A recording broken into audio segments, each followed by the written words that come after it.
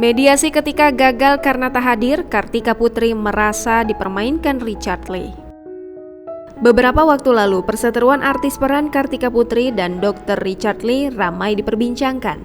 Polemik ini bermula ketika Richard Lee menemukan kandungan berbahaya dalam sebuah merek produk kecantikan. Produk kecantikan itu ternyata pernah masuk di akun media sosial Kartika Putri. Meskipun Kartika mengaku tidak melakukan endorsement produk tersebut, lantas Kartika Putri dan Richard Lee menggelar pertemuan mengenai masalah tersebut. Setelah menurut Richard Lee keadaan dipastikan baik-baik saja, Kartika Putri justru melayangkan somasi karena menuding telah melakukan pencemaran nama baik.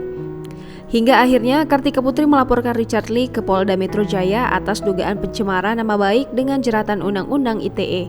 Pada Rabu 14 April 2021, Kartika Putri memenuhi panggilan penyidik guna mediasi dengan Richard Lee di Polda Metro Jaya. Kartika Putri mengatakan mediasi ini termasuk 14 April sudah digelar sebanyak 3 kali atas perkara tersebut. Sementara mediasi tersebut sesuai dengan arahan Kapolri Jenderal Listio Sigit Prabowo yang mengimbau lebih mengedepankan restoratif justice dalam penyelesaian tindak pidana dengan sangkaan pasal Undang-Undang ITE.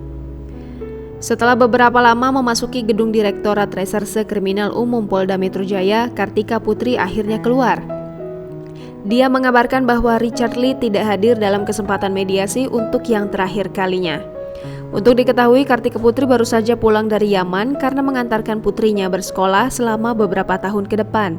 Karena panggilan polisi yang menurutnya secara mendadak, Kartika Putri mengaku merelakan sisa waktu bersama putrinya itu untuk memenuhi mediasi ini bersama Richard Lee. Alhasil, Kartika Putri sengaja mengubah jadwal penerbangan dan kembali ke Jakarta berbekal surat swab test PCR bebas COVID-19.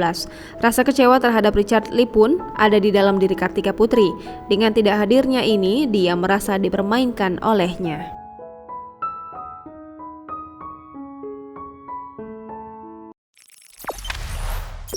Jangan lupa subscribe, share, komen, dan like ya!